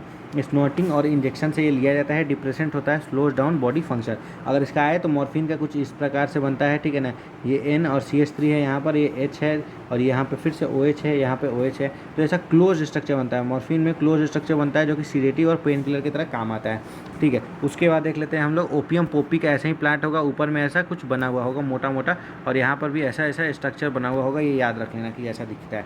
कैनाबिनॉइड जो होता है उसका रिसेप्टर ब्रेन में पाया जाता है। इन्फ्लोरेसेंस ऑफ कैनाबिस सटाइवा में से निकाला जाता है। इन्फ्लोरेसेंस जो हो जाता है फ्लावर का गुच्छा, उसमें से निकालते हैं हम लोग। फ्लावर टॉप्स, लीफ और रेजिन में मैरिजुआना, हशीश, चरस, गांजा मिल जाता है। इनहेलेटेड और oral injection effect of cardiovascular system पे पड़ता है। ये ओपन स्ट्रक्चर ऑफ कैनाबिनॉइड हो जाता है। और ये कैसा होता है, कैनाबिस का ये फ्लावर है, एक ही जगह से बहुत सारे निकले हुए रहते हैं, ठीक है, ये याद रखना है। कोका एल्केलॉइड और कोकेन जो होता है वो एरिथ्रोजाइलम कोका से मिलता है जो कि नेटिव टू साउथ अमेरिका हो जाता है। Interfere with transport of neurotransmitter dopamine, ठीक है। कोकेन ए कोक और क्रैक इज स्नॉटेड, ठीक है। Stimulate action on CNS, sense of euphoria हो जाता है और इंक्रीज एनर्जी हो जाता है। एक्सेस में हेलोसिनेशन हो जाएगा, ठीक है। मोर हेलोसिनेजन कौन सा होता है, एट्रोपा, बेलाडोना और धतूरा, ठीक है। ये दोनों जो है ये भी क्या करता है, तुमको अपना हेलोसिनेशन करने लगता है, ठीक है। उसके बाद देखो cannabinoids are also abused by some sportsman, ठीक है। उसका डिप्रेशन एंड इंसोम्निया हो जाता है। बारबिचुएट्स, एम्फिटामाइंस और बेंजो डायजिपाइंस, ठीक है। मॉर्फिन जो हो जाता है वेरी लिटिल सिडेटिव हो जाता है, वेरी इफेक्टिव सिडेटिव हो जाता है, इसीलिए इसको डॉक्टर भी यूज़ करते हैं पेन किलर ये सब की तरह यूज्ड इन सर्जरी। और देखो धतूरा का प्लांट कुछ इस टाइप से दिखता है, ये भी तुमको याद करना होगा कि कैसा दिखता है धतूरा प्लांट। उसके बाद आ जाओ ये टोबैको 100 साल से लोग खाया जा रहा है, स्मोकिंग, च्यूइंग और स्नफ की तरह, ठीक है।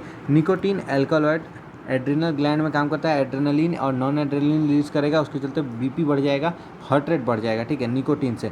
स्मोकिंग से क्या हो जाएगा, इंक्रीज कैंसर, ठीक है, लंग कैंसर बढ़ जाता है, यूरिनरी ब्लैडर में कैंसर हो जाता है, कोरोनरी आर्टरी डिजीज CAD हो जाएगा और गैस्ट्रिक अल्सर होने लगेगा, ठीक है। उसके बाद देखो देखिए क्या लिखा हुआ है ये कि क्या बोलते हैं डिसोस कॉज, मतलब कि कहाँ पे डिसऑर्डर जहाँ पे होता है, मतलब कि ये डिसऑर्डर कहाँ ब्रोंकाइटिस, एम्फाइसीमा और CAD और गैस्ट्रिक सीका, मतलब गैस्ट्रिक अल्सर कॉज करता है। ये लिखा हुआ है ऑल्सो कॉज, ठीक है। तो उसके बाद देखो CO जो है उसके कार्बन मोनोऑक्साइड के बढ़ने से reduce association of O2 to haemoglobin, ठीक है। टोबैको जो होता है च्यूइंग करते हैं ओरल कैंसर। देखो क्रोनिक यूज ऑफ ड्रग जो है alcohol damages nervous system of liver, cirrhosis हो जाता है। Side effect of anabolic steroids in female, masculinization और एग्रेसिवनेस बढ़ जाता है, मूड स्विंग हो जाएगा, डिप्रेशन हो जाएगा, एबनॉर्मल मेंस्ट्रुअल साइकिल हो जाएगा, तुम्हारा एक्सेसिव हेयर का ग्रोथ हो जाएगा, वॉइस डीप हो जाएगा तुम्हारा, ठीक है। इनलार्जमेंट ऑफ क्लाइटोरिस जो है बड़ा हो जाएगा, ठीक है, फीमेल के अंदर। यही एनाबॉलिक स्टेरॉइड का साइड इफेक्ट। और मेल में क्या हो जाएगा, एक्ने हो जाएगा, एग्रेसिवनेस हो जाएगा, मूड स्विंग होने लगेगा, साइज ऑफ टेस्टिस का साइज छोटा हो जाएगा, लो स्पर्म प्रोडक्शन स्पर्म का कम बनेगा, ठीक है। Kidney liver dysfunction, breast enlargement, baldness, prostate बड़ा हो जाएगा, ठीक है, और कैंसर ऐसे हो जाएगा, ठीक है। एडोलसेंस में यानी कि बालपन बोल देते हैं इसको, 12-13 साल वाला जो उम्र हो जाता है जब नया होता है, में प्री मैच्योर क्लोजर, देखो premature closure of growth centre of long bone से स्टंटेड ग्रोथ हो जाएगा, ठीक है। उसकी वजह से स्टंटेड ग्रोथ यानी छोटा रह जाएगा, ग्रोथ हार्मोन का कम बनने से तुम्हारा छोटा रह जाएगा, ऐसा बात है, ठीक है। आगे आ जाओ, अब हम लोग को क्या करना है, ये वाला काम कर लेते हैं हम लोग, इसको ख़त्म करते हैं जल्दी से, ठीक है। ड्रग्स और अल्कोहल अब्यूज़, ठीक है। डेंगू होंगी तो बता ही दिया है। Identify the chemical structure shown in diagram A B में है तो बताओ, अभी ये क्लोज स्ट्रक्चर है किसका है, मॉर्फिन का है। बी क्या है, कैनाबिडाइड्स का है, तो कैनाबिस का हो जाएगा, ठीक है। तो उसके बाद identify the part of structure shown in diagram 5 ABC, बताइए ABC जो है डायग्राम 5 में क्या है। ये देखिए, ये बोला मैं लटका हुआ चीज़ है, ये क्या है, ये तुम्हारा पोपी प्लांट है। ये वाला क्या है, ये कैनाबिस सटाइवा है। ये वाला क्या है, ये तुम्हारा धतूरा है, ठीक है। आगे आ जाओ। कॉमनली अब्यूज ड्रग कौन सा हो जाता है भाई, ओपियोइड्स हो जाएगा तुम्हारा कैनाबिनॉइड्स हो जाएगा और कोका एल्कलॉइड्स हो जाएगा। ये 3 चीज़ मैं बताया था, वही 3 चीज़ है। Some abuse drug are obtain from fungi, कुछ फंजाई से हो जाता है तो हाँ, जैसे LSD हो गया और तुम्हारा क्लेविसेप्स हो गया, क्लेविसेप्स ये सब जो होता है वो सब फंजाई से भी ऑब्टेन हो जाता है। Opioid bind to specific dash receptor present in our dash. बताओ, अभी बताया कि ओपियोइड रिसेप्टर यहाँ पे पाया जाता है। ओपियोइड रिसेप्टर कहाँ पाया जाता है? तो CNS में और GIT में पाया जाता है, गैस्ट्रो इंटेस्टाइनल ट्रैक्ट में। Heroin is commonly called, heroin को हम लोग बोल देते हैं स्मैक।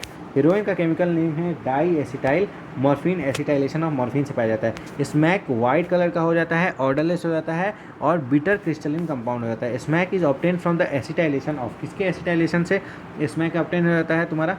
बताओ किसके एसिटाइलेशन से? तो मॉर्फिन के ना भाई। Morphine is extracted from dash of Poppy plant name, बताइए। लैटेक्स ऑफ पोपी प्लांट, जिसका नाम क्या था बताओ? पेपेवर सोमनीफेरम, ठीक है। Heroin is taken by, heroin जो है वो टेकन बाई, कौन उसको लेता है? तो कैसे हो जाता है? स्नॉटिंग से हम लोग ले लेते हैं या फिर इंजेक्शन लगा लेते हैं। हेरोइन इज स्टिमुलेट और डिप्रेसेंट, तो भाई डिप्रेसेंट है ना, अभी बताया कि मॉर्फिन जो हो जाता है वो सीडेटिव और पेन किलर के काम आता है, तो डिप्रेसेंट हो जाएगा। Cannabinoids receptor are present in, बताइए कैनाबिनॉइड रिसेप्टर कहाँ पाया जाता है? ब्रेन के अंदर पाया जाता है। Natural cannabinoids are obtained from, natural cannabinoid कहाँ से ऑब्टेन होता है? तो इनफ्लोरेसेंस ऑफ प्लांट से ऑब्टेन हो जाता है। और इनफ्लोरेसेंस ऑफ प्लांट, कौन सा प्लांट था बताइए? कैनाबिनॉइड्स का cannabis sativa, cannabis sativa. Example of some cannabinoid, some cannabinoid का एग्जाम्पल है वही मैरिजुआना, हशीश, चरस, गांजा, ये सब जो है तुम्हारा इसका एग्जाम्पल है, ठीक है। उसका देखो, which part of cannabis are used to product cannabinoid, कौन सा पार्ट हम लोग ले लेते हैं? तो वही अपना फ्लावर का टॉप ले लेते हैं, लीव्स ले लेते हैं, अपना रेजिन ले लेते हैं कैनाबिस प्लांट का, ठीक है, वो सबसे हो जाता है। यानी कि फ्लावर टॉप, रेजिन्स और लीव्स, ठीक है। उसका they are taken by inhalation and injection, बताइए इनहेलेशन और इंजेक्शन से हो जाता है? तो नहीं, वो इनहेलेशन और इंजेक्शन से नहीं लेते हैं हम लोग भाई, वो तो दूसरा चीज़ लेते हैं। दे आर टेकन बाय, कैसे हम लोग उसको लेते हैं बताइए? कैसे लेते हैं? देखो, they are taken by inhalation and injection, तो ये बात क्या है? फॉल्स है। लेकिन इंजेक्शन नहीं करते हैं हम लोग, इनहेल तो कर लेते हैं लेकिन ओरली उसको खाते हैं, समझे? ऐसे चीविंग चबा के खा लेते हैं, ठीक है। How many C atom are present in skeletal structure of cannabinoid molecule, तो बताइए कितना है? तो आप काउंट करना पड़ेगा, 1 2 3 4 5 6 7 8 9 10 11 12 13 14 15 16 17 18 19 20 21, कितना हो गया तुम्हारा? 21 है, याद रख लेना। Cannabinoid are known for their effect on, किसके ऊपर इफेक्ट हो जाता है तुम्हारा? तो कार्डियोवैस्कुलर, CVS कार्डियोवैस्कुलर सिस्टम पे इफेक्ट हो जाता है। Coca alkaloid are potent stimulating action on, कौन सा सिस्टम? कोका एल्कलॉइड किस पे हो जाता है? CNS पे हो जाता है। Coca alkaloid also called as, उसको हम लोग क्या बोल देते हैं? कोकेन बोल देते हैं। It is obtain from the plant, किससे? Erythroxylum coca, which is native to the country, कौन सा? साउथ अमेरिका, ना कि Africa, America, South America. Cocaine is commonly called, cocaine को हम लोग क्या बोल देते हैं? कोक बोल देंगे या फिर क्रैक बोल देंगे। Cocaine interferes with the transport of neurotransmitter, कौन सा न्यूरोट्रांसमीटर? तो डोपामीन। कोकेन इज यूजुअली स्नॉटेड हो जाता है ना, इंजेक्टेड थोड़ी ना होता है। कोकेन इज स्टिमुलेंट और depressant, produces a sense of, बताइए ये होता है स्टिमुलेंट और ये क्या सेंस करता है? यूफोरिया, ठीक है। एक्सेसिव डोजेज ऑफ कोकेन से तुमको क्या हेलोसिनोजन हो जाएगा, माने हेलुसिनेटिंग हो जाएगा। कुछ अदर है हेलुसिनेटिंग, कौन सा हो जाता है? अभी बताया था, एट्रोपा बेलाडोना और धतूरा, ठीक है। Drug used in medicine cope up with mental illness are, कौन सा? बारबिचुएट्स, एम्फीटामाइंस एंड बेंजोडायाफिन, माने बेंजोडायाफिन्स, ठीक है। फिर से याद रख लो कि क्या? बारबिचुएट्स, एम्फीटामाइंस और बेंजोडायाफिन्स, ठीक है। उसके बाद आगे आ जाते हैं हम लोग, तो मेंटल इलनेस का एग्जाम्पल है वही डिप्रेशन और insomnia. Dash is a very effective sedative और पेन किलर, कौन सा? मॉर्फिन। कोकेन और morphine is used in patient having undergone surgery, surgery से जो आता है उसको हम लोग मॉर्फिन देते हैं, ठीक है, क्योंकि डिप्रेसेंट हो जाता है, ठीक है। Tobacco is used by humans for more than, कितने साल से? मोर देन 400 साल से उसको हम लोग यूज़ कर रहे हैं। मोर देन 400 नहीं भाई, more than hundreds of year tobacco, नहीं 400 साल से ही हम लोग उसको यूज़ कर लेते हैं, ठीक है। 400 साल से, 100 ऑफ ईयर तो कम ही हो गया, 400 साल ही होता है। यहाँ पे भी 400 ही लिखा हुआ है, एक बार चेक कर लेता हूँ मैं कि यहाँ 100 लिख दिया हूँ क्या? इसके नीचे वाला PDF में, हाँ यहाँ देखो तो ज़रा, नहीं देखो 400 ही लिखा हुआ है, ये देखो 400 सालों से हम लोग यूज़ कर रहे हैं भाई टोबैको के चीविंग को, ठीक है। उसके बाद टोबैको इज स्मोक्ड, क्या हम लोग टोबैको को स्मोक करते हैं यानी कि धुआं से लेते हैं? तो हाँ भाई, वो जो सिगरेट के अंदर भरा हुआ होता है वही तो होता है। Tobacco contains dash which is a drug और एल्कोलॉइड और टॉक्सिन, देखो टोबैको के अंदर ना निकोटीन हो जाता है, निकोटीन, और निकोटीन कैसा होता है, एल्कलॉइड हो जाता है। Nicotine stimulates dash gland to release, देखो ये एड्रीनल ग्लैंड को कॉज करता है ताकि एड्रेनलिन और नॉर एड्रेनलिन निकले, ठीक है। Smoking increases incidence of urinary bladder cancer, तो स्मोकिंग से देखो, smoking increases incidence of urinary bladder का कैंसर, तो ये बात सही है कि गलत है, बिल्कुल सही है भाई। यूरिनरी ब्लैडर का कैंसर हो जाता है, रेस्पिरेटरी वाला कैंसर हो जाता है, माउथ हो जाता है, या ओरल कैंसर हो जाता है, समझे। Tobacco chewing is associated with the risk of, किस चीज़ का रिस्क हो जाता है, तो मेनली चीज़ होता है ना ओरल कैंसर जो हो जाता है उसका रिस्क। स्मोकिंग इंक्रीजेज CO और CO2 कंटेंट, देखो CO का कंटेंट बढ़ जाता है जिससे हीमोग्लोबिन का एफिनिटी कम हो जाता है, ये चीज़ तुमको ब्रीदिंग में भी बताया जाएगा, ठीक है। एडोलसेंस एडिक्शन और प्रिवेंशन एंड कंट्रोल की अब हम लोग बात कर लेते हैं। तो देखो एडोलसेंस एज कौन सा होता है, वही 12 से 18। डिपेंडेंस क्या है, यानी कि किसी के ऊपर डिपेंड रहना, तो यही उसको अच्छा नहीं लग जाता है। जैसे मतलब कि देखो डिपेंडेंस क्या हो जाता है, एक ऐसा टेंडेंसी है बॉडी का जिसमें वो क्या हो जाएगा, मतलब कि उसको मान लो कि वो डिपेंड हो गया, कोई एक ड्रग पे डिपेंड हो गया, अब उसको नहीं दोगे ना तो उसको क्या दिक्कत होने लगेगा, वो मरने लगेगा। इसीलिए क्या करते हैं हम लोग, हल्का उसको देते रहते हैं लेकिन डोज कम कर देते हैं, और उसको धीरे धीरे डोज कम करते करते उसको इतना आदत लगा देते हैं कि अब वो नहीं खाए, तो ये हो जाता है तुम्हारा डिपेंडेंस, यानी कि ड्रग के ऊपर टोटली डिपेंड हो गया। Withdrawal syndrome is characterized by, देखो विड्रॉल सिंड्रोम में क्या हो जाता है, उसको एंजाइटी होने लगेगा, एक ही अचानक से खत्म हो जाएगा, एंजाइटी हो जाएगा, शेकीनेस हो जाएगा, नोजिया हो जाएगा, स्वेटिंग होने लगेगा, अजीब अजीब उसको होने लगेगा, ठीक है। एक्सेसिव यूज ऑफ ड्रग में lead to death due to क्यों, क्योंकि उसको रेस्पिरेटरी का फेलियर हो जाएगा, यानी कि लंग वंग में दिक्कत हो जाएगा, हार्ट फेलियर हो जाएगा, ठीक है। फिर उसके सेरेब्रल हेमरेज हो जाएगा, समझे। इंट्रावेनस ड्रग अब्यूज़र में एक्वायर सीरियस इन्फेक्शंस लाइक, कैसा इन्फेक्शंस, तो एड्स हो सकता है, हेपेटाइटिस बी हो सकता है, क्योंकि वो सुई, एक ही सुई से सबको ही ले रहा है ना ड्रग, इसीलिए। Both AIDS and hepatitis B infection are chronic infection and ultimately fatal, क्या ये फैटल, हाँ बिल्कुल जानलेवा हो सकते हैं, बिल्कुल। Hepatitis B does not spread through sexual contact, क्या सेक्सुअल कॉन्टैक्ट से नहीं फैलता है, तो नहीं भाई, क्यों नहीं फैलता है, सब फैलता है। Chronic use of drug and alcohol damages, chronic use of drug और एल्कोहल से क्या हो जाएगा, नर्वस सिस्टम तुम्हारा डैमेज हो जाएगा, और लीवर में क्या हो जाएगा, कीरियोसिस, कीरियोसिस, इसको मार्क करना जरूरी है, इंपॉर्टेंट चीज़ हो जाता है, ठीक है, लीवर कीरियोसिस, ठीक है। यूज ऑफ द ड्रग और alcohol during pregnancy does not have effect on fitness, ऐसा हो जाता है क्या, फॉल्स है भाई। Which drug do sports person misuse to enhance their performance, कौन से ड्रग को, तो वही नार्कोटिक वाला एनाल्जेस्टिक हो जाएगा, एनाबोलिक स्टेरॉयड हो जाएगा, फिर उसके डाईयूरेटिक्स हो जाता है, ये सब का वो लोग यूज कर लेते हैं, ठीक है। फिर से देख लो नार्कोटिक, फिर से देखो क्या है, नार्कोटिक एनाल्जेस्टिक, ठीक है, एनाबोलिक स्टेरॉयड, ठीक है, एनाबोलिक स्टेरॉयड और डाईयूरेटिक, ठीक है, यही सब का यूज हो जाता है, ठीक है। Reduction of the size of testicle and decrease sperm count occurs in the male using anabolic steroid, तो बिल्कुल ही सही बात है। और प्रोस्टेट बड़ा हो जाएगा, प्रोस्टेट क्या हो जाएगा, बड़ा हो जाएगा।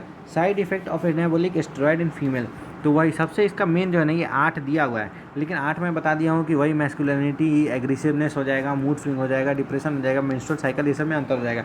मेन है ना, मेन क्या है तुम्हारा कि इनलार्जमेंट ऑफ क्लिटोरिस, इनलार्ज हो जाएगा, क्या, क्लिटोरिस इनलार्ज हो जाएगा, ठीक है। Side effect of anabolic steroid in male में क्या आ जाएगा, वही मेन चीज़ है कि जो टेस्टिकल्स का साइज है, टेस्टिकल्स का, वो क्या हो जाएगा, छोटा हो जाएगा, प्रोस्टेट बड़ा हो जाएगा, और स्पर्म काउंट कम हो जाएगा, ठीक है, यही सब बात है। Premature closure of growth centre of long bone occurs due to the anabolic steroid in adolescence, तो क्या ये बात सत्य है, तो हाँ बिल्कुल ही ये बात क्या है, सत्य है, बिल्कुल ही, ठीक है। उसके बाद देखो side effect of anabolic steroid in adolescence में वही अपना बॉडी पर और फेस पे क्या हो जाएगा, एक्ने बहुत ज़्यादा हो जाएगा, और वही क्या बोलते हैं, यही जो यहाँ लिखा हुआ है कि premature closure of growth centre of long bone, इससे क्या हो जाएगा, डॉफिज्म हो जाएगा, तुमको छोटा हो जाएगा, ठीक है। Vaccine has been made for, vaccine को किस लिए बनाया गया था, तो पोलियो वैक्सीन बनाया गया था, निमोनिया के लिए बनाया गया था, टेटनस के लिए बनाया गया था, और डिप्थीरिया के लिए बनाया गया था, ठीक है। Heat and moist restrict the growth of fungi, resist करता है, तो नहीं भैया, बिल्कुल ही फॉल्स है, ये तो बढ़ावा देता है, रेसिस्ट थोड़ा करता है। No number of disulphide bond in monovalent antibody, किसी भी मोनोवेलेंट एंटीबॉडी में कितना डाइसल्फाइड बॉन्ड होता है, ये याद करने का चीज़ है 16, जो मैं बताया ना H2L2 वही वाला है, यहाँ पर कितना डाइसल्फाइड बॉन्ड हो जाता है, तो याद रखना है तुमको 16, H2L2 में कितना हो जाता है, 16 एंटीबॉडी हो जाता है, ठीक है। उसके बाद देखो acquired immunity is characterize by, acquired immunity जो है वो characterize by memory. Bacterial disease, हाँ देखो ये सब इंपॉर्टेंट चीज़ है कि बैक्टीरियल डिजीज़ कौन सा हो जाता है, तो तुम्हारा टाइफॉइड हो गया पहला बैक्टीरियल डिजीज़, दूसरा हो गया निमोनिया हो गया तुम्हारा, ठीक है, तीसरा तुम्हारा बैक्टीरिया प्लेग हो जाता है, हाँ, चौथा हो जाता है क्लोरेला, हाँ, और पांचवा हो जाता है वही डिप्थेरिया, ठीक है। स्मोकिंग कॉजेज लंग का cancer, cancer of lungs, urinary bladder और थ्रोट का भी हो जाता है। दूसरा तुम्हारा ब्रोंकाइटिस हो जाएगा, एम्फाइसेमा हो जाएगा, कोरोनरी आर्टरी डिजीज़ हो जाएगा और गैस्ट्रिक अल्सर हो जाएगा। ये बात मैं पीडीएफ वाले में बता चुका हूँ, ठीक है। उसके बाद वायरल डिजीज़ का एग्जांपल क्या है, वायरल डिजीज़ का तो राइंटिस हो जाता है, ठीक है ना। फिर उसके बाद इन्फ्लुएंजा हो जाएगा, पोलियो हो जाएगा, डेंगू वायरस था, चिकनगुनिया था, हेपेटाइटिस था, ये सब क्या है, वायरल डिजीज़ है। Example of physical carcinogen, physical carcinogen का एग्जांपल तुम्हारे पास क्या है, तो वही यूवी रेज हो गया, एक्सरे हो गया एंड गामा रे हो गया। ये सब क्या है तुम्हारा कैंसर के लिए बहुत ज़्यादा ही दिक्कत हानिकारक है, इससे कैंसर हो जाता है तुमको, ठीक है। Antibodies that pass on through placenta are किस टाइप का, बार बार बोला आईजीजी, प्लेसेंटा से आईजीजी और कोलेस्ट्रम से आईजीए, ये दो चीज़ हम लोग को याद करना था। अब ये एडिशनल चीज़ है, डेंगू इज कॉज्ड बाई, फिर भी चलो इसको देख ही लेते हैं कि कैसे इसको हम लोग को याद ही करना है, फिर वही सेम पीडीएफ में बता चुका हूँ लेकिन फिर भी देख लो कैसे हो जाता है। तो डेनवी से हो जाता है, डेनवी। डेंगू फीवर को हम लोग क्या बोल देते हैं, वही ब्रेक बोन फीवर बोल देते हैं, ब्रेक बोन फीवर बोल देते हैं। वायरस इज सिंगल स्टैंडर्ड क्या आरएनए वायरस हो जाता है। वायरस का फैमिली का नेम क्या था, तुमको अभी बताया था मैंने, क्या था, फ्लेवी वायरस था ना, फ्लेवी वायरस था तुम्हारा। फैमिली का नाम क्या था, Flaviviridae, Flaviviridae. Vector of this virus is male और फीमेल, क्या होता है, तो फीमेल हो जाते हैं, कौन सा, एडीज एजिप्टी मॉस्किटो, जिसको हम लोग क्या बोल देते हैं, टाइगर मॉस्किटो, टाइगर मॉस्किटो भी बोलते हैं। Aedes mosquito mostly active during day और नाइट टाइम, बताइए mostly active during day time हो जाते हैं, समझे। उसका देखो Aedes mosquito can breed in clean, एकदम क्लीन वाटर में। Aedes vector spread, Aedes vector spread dengue virus, और दूसरा भी होता है कौन सा, चिकनगुनिया। 3 स्टेज ऑफ डेंगू क्या हो जाता है, according to WHO 3 stages of dengue क्या हो जाता है, वही तुमको पहले तो फीवर लगेगा ना, फीवर लगेगा, फिर हेमोरेजिक, माने कि डेंगू का फीवर, फिर डेंगू हेमोरेजिक फीवर हो जाएगा, फिर तुमको शॉक सिंड्रोम हो जाएगा। ये सब चीज़ मैं लिखा हुआ हूँ पीडीएफ में। Most infected people enter haemorrhagic phase, बहुत सारे पीपल हेमोरेजिक फेज में, भाई बहुत ज़्यादा भयंकर फेज हो जाता है, वो कहाँ तक जाते हैं, सिर्फ डेंगू फीवर तक ही जाते हैं बेचारे, सिर्फ फीवर तक जाते हैं। हेमोरेजिक फेज में जाएंगे तो दिक्कत हो जाएगा, और शॉक सिंड्रोम में जाएंगे तो पागल होकर मर भी सकते हैं।